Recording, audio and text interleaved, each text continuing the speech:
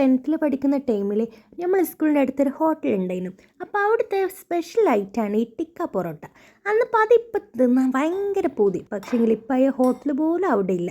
അന്നിപ്പോൾ നമുക്കത് ജസ്റ്റ് ഒന്ന് ട്രൈ ചെയ്ത് നോക്കാമെന്ന് വിചാരിച്ച്. ഇതിൻ്റെ ഫസ്റ്റ് സ്റ്റെപ്പ് എന്ന് വെച്ചാൽ ചിക്കൻ മാഗ്നേറ്റ് ചെയ്ത് വെക്കണമല്ലോ. അതിന് വേണ്ടി പുളിപ്പില്ലാത്ത തൈര്, മുളക് പൊടി, മഞ്ഞൾപ്പൊടി, ഗരം മസാല, കുരുമുളക് പൊടി, ജിഞ്ചർ ഗാർലിക് പേസ്റ്റ്, കുറച്ച് സോയാ സോസും, പിന്നെ 250 ഗ്രാം ബ്രസ്റ്റഡ് പീസ് ചിക്കനും, പിന്നെ ചെറിയൊരു കളറിന് വേണ്ടിയിട്ട് ഞാൻ റെഡ് ഫുഡ് കളർ കുറച്ച് ചേർക്കുന്നുണ്ട്.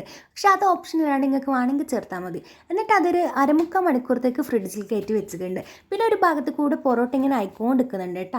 നമ്മൾ റെസ്റ്റ് ചെയ്യാൻ വെച്ച ചിക്കനിലേക്ക് 1/4 ടീസ്പൂൺ കോൺഫ്ലവർ പൊടിയും കൂടി ചേർക്കുന്നുണ്ട്. എന്നിട്ട് നന്നായിട്ട് മിക്സ് ചെയ്തിട്ട് പിന്നെ ഉപ്പ് പോരാന്ന് തോന്നിയിട്ടുണ്ടെങ്കിൽ കുറച്ചും കൂടി ഇട്ടേക്കണേ. നമ്മൾ കോൺഫ്ലവർ ചേർക്കുന്നത് എന്തിനാണെന്ന് വെച്ചാൽ നമുക്ക് മേലെ ചെറിയൊരു മുരമുര പോലെ കിട്ടണം.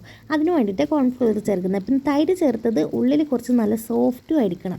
ഇതാ ഈ ഒരു ചിക്കനിൽ വരുന്നൊരു പ്രത്യേകത. ഉള്ളിൽ നല്ല സോഫ്റ്റ് ആയിരിക്കും, മേലെ നല്ലൊരു ക്രിസ്പി പോലെ ഇരിക്കും.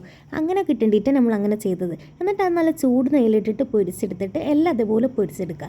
എന്നിട്ട് നമ്മൾ നേരത്തെ ചുട്ട് വെച്ച ഒരു പൊറോട്ടയിൽ മയോണൈസ് നന്നായിട്ടൊന്ന് പുരട്ടി കൊടുത്തിട്ട് 5-6 പീസ് ചിക്കനും കുറച്ച് കേബേജ് ഇതേപോലെ കട്ട് ചെയ്തതും പിന്നെ കുറച്ച് സവാളയും പിന്നെ മേലിൽ കുറച്ചും കൂടി മയോണൈസും കൂടി ചേർത്തിട്ട് അത് നമുക്ക് 2 പകുതിയാക്കിയിട്ട് മടക്കി കൊടുക്കണം.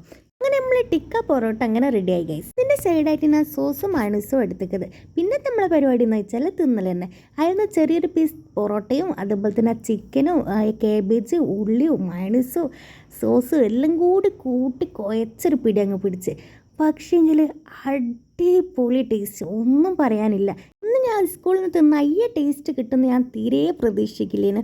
പക്ഷേങ്കിൽ തിന്ന് നോക്കിയപ്പോൾ അല്ലേ മനസ്സിലായ അതേ ടേസ്റ്റ് കിട്ടി ഗൈസ്. അടിപൊളിയാണ്. ഇത് തട്ടിക്കൂട്ടി ഞാൻ എൻ്റെതായ ഐഡിയയിൽ ഉണ്ടാക്കിയതാണെങ്കിലും സെയിം ടേസ്റ്റ് തന്നെ കിട്ടി ഗൈസ്. അടിപൊളി എന്ന് വെച്ചാൽ അടിപൊളി. എനിക്ക് എന്തോ ഭയങ്കര ഇഷ്ടപ്പെട്ടു. ഞാൻ തീരെ പ്രതീക്ഷിക്കില്ല. പക്ഷേങ്കിൽ ഇത്രയും അതേപോലെ ആവുന്നൊന്നും ഞാൻ തീരെ പ്രതീക്ഷിക്കില്ല.